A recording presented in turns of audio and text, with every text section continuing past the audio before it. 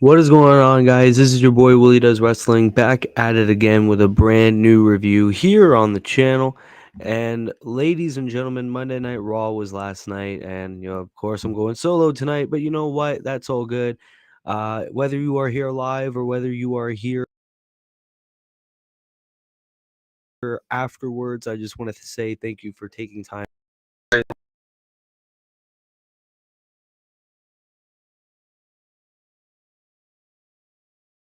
Decent show, if I do say so myself. And essentially, if you haven't been here before, I will go over everything, or yeah, pretty much everything that has happened on the show, and I will give my 2 cents on it and my thoughts. So, yeah, before we get started, be sure to like, be sure to subscribe, turn those post notifications on, be good people.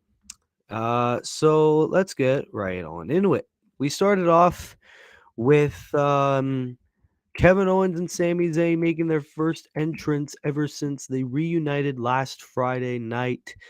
Little Katy Perry reference on SmackDown, and they said, "Hey, we're brothers, and we got to take down the bloodline together." I loved their entrance though; the entire crowd fucking loved it. And the Usos came out after Kevin Owens and Sami Zayn stared at the WrestleMania sign because it's WrestleMania season. You got to stare at the fucking sign. Sami Zayn and Kevin Owens challenged the Usos to the undisputed tag team championships at WrestleMania, and Jimmy said no. Jimmy was like, "Nah, man, we're the greatest tag team. You've done nothing to get a shot at WrestleMania." And then Jay was like, "Well, actually, I think we can kick their ass to solve the Sami Zayn Kevin Owens problem." So they accepted. And then there was a little minor brawl, which of course got broken up by security. Everything has to have a security breakup. Yes. Um. So yeah, that was what kicked off the show. The main event, the rightful main event of night one, has been announced for WrestleMania. Now, no, I don't think Rhea Ripley versus Charlotte Flair should main event WrestleMania. Jojo, what's up? Welcome to the stream. But no, I definitely do not think Rhea Ripley versus Charlotte Flair deserves to main event night one. I get it. Rhea Ripley won the Royal Rumble. I get it that, um, a Royal Rumble winner has the right to main event WrestleMania. However, this storyline with Sami Zayn and Kevin Owens keeps getting better, and I just think it deserves to main event night one. Um, have Rhea Ripley versus Charlotte Flair kick off um night one. I'd say that, or have Bianca versus Asuka kick off night one. Give Sammy and Kevin the night one main event. That's all I ask for, Hunter or Vince or wherever the fuck's behind the curtain. I don't give a fuck, right? Um, so yeah, that's how we kicked off the show. Then we went on to our first match of the night: Austin Theory versus Montez Ford. Um, well, I think it was very fucking obvious Theory was gonna win, giving him a little bit of momentum heading in to WrestleMania. Sami and Kevin versus the Usos for the title should main event. And I agree. Yeah, I mean, it's not knocking on Rhea Ripley or anything, but Sammy and Kevin have had a way better fucking story. It's been invested every single fucking week, and it's like, I don't know, like I keep hearing political reasons. Political reasons. We all know the political reasons is because women want a main event. And you know what? Fuck that. We this story's been way better, right? So anyways, Austin Theory beats Montez Ford, gives him momentum to John Cena. I don't know. Do y'all think that Theory will retain, or do you think Cena will win the title? Because I honestly think that Theory will probably retain. Rhea Ripley and Charlotte have nothing. To be honest, the story isn't there. Oh yeah, just a brawl. Oh my god, not like every fucking Mania feud has had a brawl. At least one. Well, besides Cody and Roman, they've had great ass promos, which we'll get to later. Um, But yeah, um, Theory and Montez. Well, Theory won. How many times have I fucking had to say that? Shame that the Street Profits both got their asses beat by Austin Theory in 2 weeks. I'll say that. Oh yeah, and speaking of Street Profits, Strowman and Ricochet, Alpha Academy, and the Viking Raiders are the 4 teams in the men's WrestleMania showcase. Like, I hate. Okay, I don't know why it's there. I do like how there's actual tag teams in the WrestleMania showcase, though. Unlike the women's showcase match, which will probably have random ass fucking women's tag teams in it. Um, but yeah, I mean, I guess I don't mind the fact that the Street Profits, Alpha Academy, Strowman and Ricochet, and Viking Raiders are in there. But yeah, so that's another piece of news and another Mania match that got announced. Probably will fucking be a filler match, a bathroom break match, or something to grab your late dinner. Next, we have Omos, 7 foot tall. Holy fuck, Omos.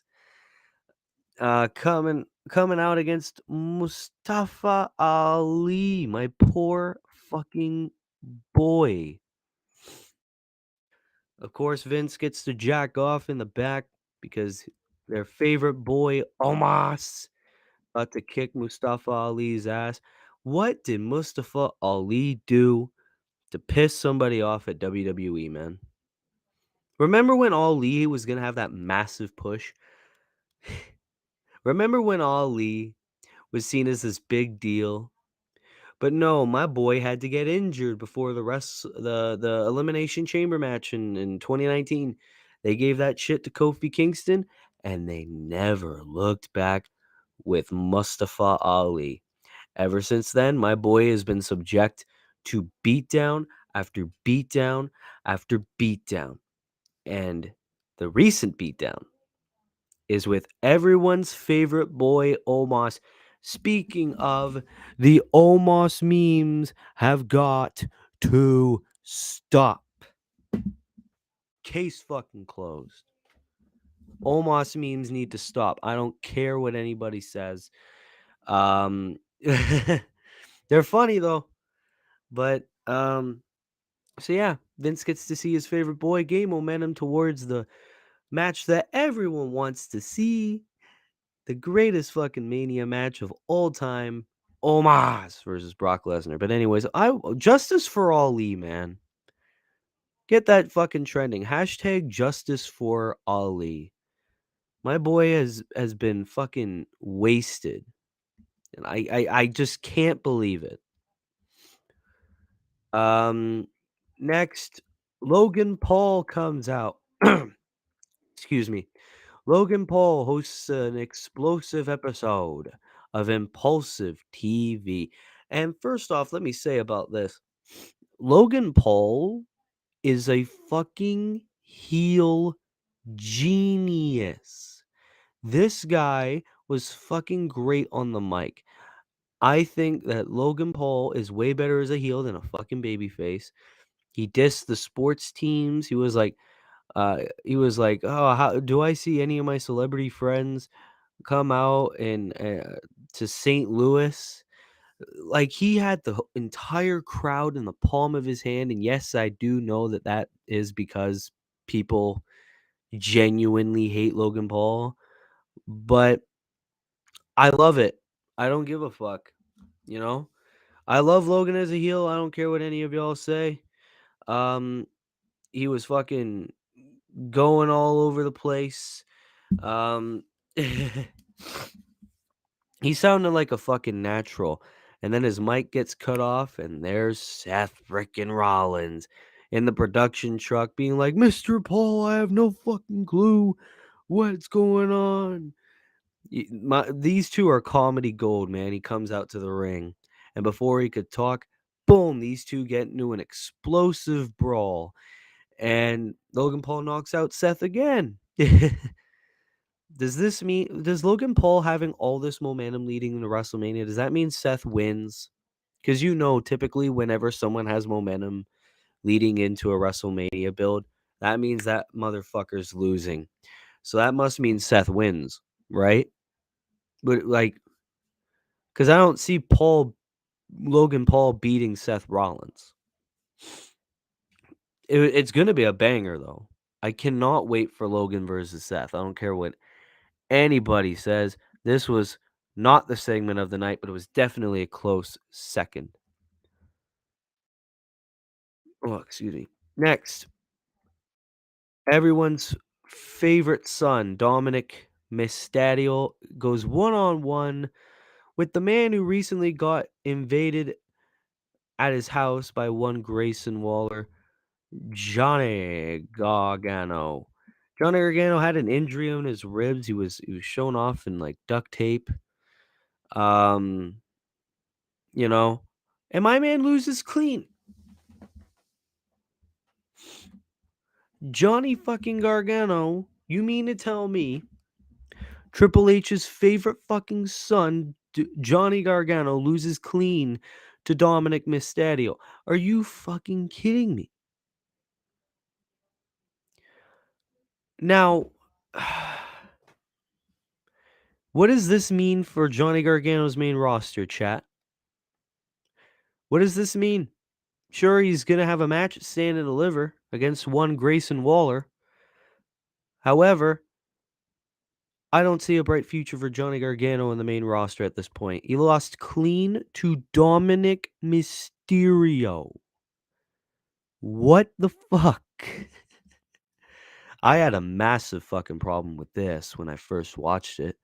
I was so fucking mad. Um, and then of course, after every Dominic match, he has to have a fucking promo, and he says that he's coming to SmackDown, and his whole family is going to be there live. So he's gonna pay Mama Angie and Sister Aaliyah a visit. His music is gone. Yeah, fucking Christ. Oh, I don't get it. They need to book Gargano better. Oh my god, they need to book Gargano leagues better. Hopefully when Champa heals from his injury, I want to see DIY back because that is the only way I see either Gargano or Champa lasting a year in the main roster. Otherwise, they'd either be sent down to NXT like Johnny Gargano pretty much is, or they'll be released. I think DIY should come back. Someone fight me on that. Someone fight me on that. Speaking of people losing clean, Rhea Ripley went on to have a little bit of a promo on one Charlotte Flair, the match that is most likely going to main event WrestleMania because the power of women. But then Damage Control came out saying, hey, Rhea, if you need help, and you can help us, on our WrestleMania match and all that. And Rhea Ripley's like, hey, I don't need help. I'll fight any one of you motherfuckers from Damage Control. Bailey's like, okay. So they have a match. This was definitely a pay-per-view worthy match. I don't know why the fuck is happening on an episode of Raw. Becky Lynch, Lita, and Trish Stratus come out. Becky's got a big fucking thing of popcorn. Io Sky and Dakota Kai went on the apron. I guess it's not technically clean, but yeah, I mean, it wasn't a disqualification or something. No one really interfered on the other competitors. Io Sky and Dakota Kai tried to get on the action. Trish, Lita, and Lynch stopped that from happening. And of course, Rhea Ripley hits the Riptide.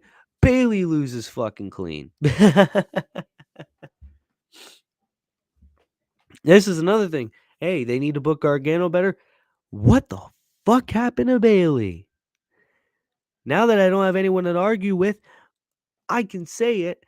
Bailey has been utter garbage since her fucking return. I don't understand. This was my pick to dethrone Bianca Belair. Bailey. Ever since she came back at SummerSlam, she's been a joke. She's been laughing. and nothing's come of it. So what's the deal with Bailey? I don't see the hype around her anymore. Now she's fucking losing to Rhea Ripley clean. Okay. Okay. No, excuse me. Next. Speaking of the WrestleMania showcase, 2 WrestleMania opponents. Ricochet going on against Chad Gable. Meanwhile, Otis um, is in the middle of this WrestleMania. Not Otis is in the middle of this storyline with one Maxine Dupree. In the Maximum Male Models, Otis was all sitting there, getting a fucking pedicure with cucumbers on his little belly, and had a little fight with Maxine and Chad in the back, being like, "Hey, who are you gonna side with?" Otis comes with Gable to his corner, Braun Strowman's and Ricochet's corner. Decent match between the two. They're so fucking. Chad Gable has been able to showcase his in ring talent since Triple H took over super duper well. Um, Maxine comes out and brought Otis to the back. So I guess it's like Otis is kind of like conflicted. I can definitely see Maximum Male Models interfering at WrestleMania to cost the Alpha Academy by letting Otis come out. Um, you know. Hunter, thank you for joining the stream. I have a question. Is JD from New York crazy because he thinks Vince McMahon is back in charge? JD from New York. Okay, like I don't think he's crazy, but yeah, he's went on this like massive tirade about Vince coming back in creative. And while I do see a lot of things on the show being shit, I kind of blame it on the honeymoon stage of Hunter Hearst Helmsley being over. Do I think Vince is like in his ear trying? Yeah, it seems like ever since Vince McMahon went back to the board, he's been in Hunter's ear being like, "Hey, I want this done. I want this done in the show. You stupid fuck." You know? So, is JD from New York crazy? No. Besides, JD from New York on YouTube and JD from New York on Twitter, I think are two different fucking people. I think JD from New York's more entertaining on YouTube than on Twitter, because on Twitter half his fucking posts are him just fucking being like, "Oh, Vince McMahon is back. You see Hunter Hearst Helmsley fucking book and shit like that." Oh yeah, because you know him so personally, right? Anyways, Maxine Dupree sending Otis to the back, distracting Gable, and then of course allowing Ricochet to pick up the W. I mean, I kind of like this storyline with Maximum Male Models and Otis. I won't lie. I think it's pretty good. I think it's pretty entertaining. Gives Maximum Male Models something to do. My one problem, remember last week when Maximum Male Models was supposed to have a match with Gallows and Anderson? Why the fuck didn't that happen? Oh yeah, they weren't cosmetically cleared to compete. What happens this week? Oh, Marseille fucking broke something scrolling through Instagram or something. So Gallows and Anderson couldn't wrestle this week either. So it's like now Gallows and Anderson are fucking left doing nothing. Oh, you only brought him back because of AJ Styles, huh? Like, really? Fucking stupid. Should have fucking Gallows and Anderson should have never been brought back. If they're not going to be used well, I'm sorry. It's just, it's my take on it. And I think it's our co-main event. Bianca Belair and Asuka teaming up to take on the team of Chelsea Green and Piper Niven. Why is there no Carmella? I forget. I honestly forget why Carmella wasn't there. But Chelsea Green chose Piper Niven as a replacement partner. The only highlight of the match that I really remember is Bianca Belair with a sick ass KOD to Piper Niven, like a modern day John Cena, getting the win. And then afterwards, Asuka attacks uh, Bianca Belair. setting up perfectly for the massive Raw Women's Championship match. First off, can we stop with the WrestleMania opponents in tag team matches asking if they can coexist? No. Sick of them fucking teaming together. Oh, well, you're going to book those two in a fucking world title match at WrestleMania? Let's see if they can coexist. I'll give you one fucking solid answer. Do you think they like each other? No, I don't think so. So, I mean, it's just meh. I just want to move on to the main event. Roman Reigns coming out of the ring to confront Cody Rhodes, and throughout the night, Roman Reigns has been a little skeptical about Jey Uso and his loyalty to the bloodline. Cody Rhodes comes down to the ring.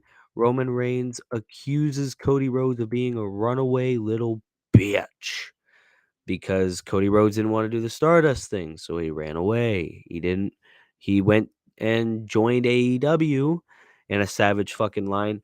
Um, ran away and started a promotion that you couldn't get over in, so you ran away. And then, of course, he came back and he got injured. Now this is his one final shot and he's not ready. And then I loved this. Cody Rhodes is like, I don't want to fucking hear another thing about my dad because honestly, I'm gonna vomit. The only thing you'll see at WrestleMania is me. And then, you know, Cody Rhodes then says, um, April 3rd, you're gonna wake up knowing that you've lost without the championships, and then Jay is going to leave you, and then Jimmy is going to leave you, and then Solo is going to leave you, and then Paul Heyman becomes an advocate again. Roman with no more reigns, and a chief without a tribe. So fucking great. Roman is in his feels, has nothing left to say, fucking takes down his microphone. Reigns and Heyman get out of the ring, but then Solo stays in the ring and then is going to walk out. Cody's like, I told you, you're not ready. Solo tries to Samoan spike. Cody kicks him. Solo tries again, and Roman stops him. This bloodline shit has been fucking great. I love that promo from Cody. I love that we're getting no more fucking Dusty references. This feud should always be about Cody because it should be about Cody leaving, coming back, and finally getting the main event spot that he deserved. And this was the first step in the right direction. This whole promo was absolutely great. Getting Solo involved was a brilliant decision. Hopefully they have like a battle royal or something at WrestleMania. Like maybe they bring back the Andre Battle Royal, have Solo win that fucking thing. He deserves it. And that was how we ended off the show. That was Monday Night Raw. I thought it was a decent show, not the best, but not the worst. Of course, that final promo between Reigns and Cody was absolutely fucking great. The women's tag match was meh. Gable and Ricochet, great fucking technical match. And I love the Otis thing. Rhea Ripley versus Bailey was meh. Dominic versus Johnny, yeah. Also, TV was fucking great. I loved that promo. Mustafa Ali, of course, Justice for Ali. And Omos is building a fan base for all the wrong reasons. And Theory versus Montez Ford, meh. And then, of course, the reunion of Kevin and Sami Zayn. So I will give this a solid 6 out of 10. I thought it was a decent show. Ladies and gentlemen, leave your thoughts down in the comments below. And that's going to have to conclude this Monday Night Raw review for March 30th, 2023. Sorry it's a little bit short, but since I don't have anybody with me, I get to review the show a little bit quicker. So, ladies and gentlemen, if you are new here, be sure to like, be sure to subscribe, turn those post notifications on. We do reviews every Raw, every SmackDown. We might start with Dynamite, depends what the other boys want. I did a podcast with the One Shot Killers a couple of days ago about WrestleMania 24. Of course, Jojo Valvano, who is in the chat, is part of that group. Be sure to subscribe. If you go over to my last video about LA Knight, you will see the full podcast in the description of that video. Give those boys a subscribe. They absolutely deserve it. And yeah, be sure to subscribe to myself and put post notifications on so you never miss an upload. Be sure to share my videos around. YouTube likes to fuck with my views. So you know what? be sure to leave a share in there as well. QR code over on the top left is also my Twitter page. Be sure to subscribe to follow that, because I always am very vocal on Twitter.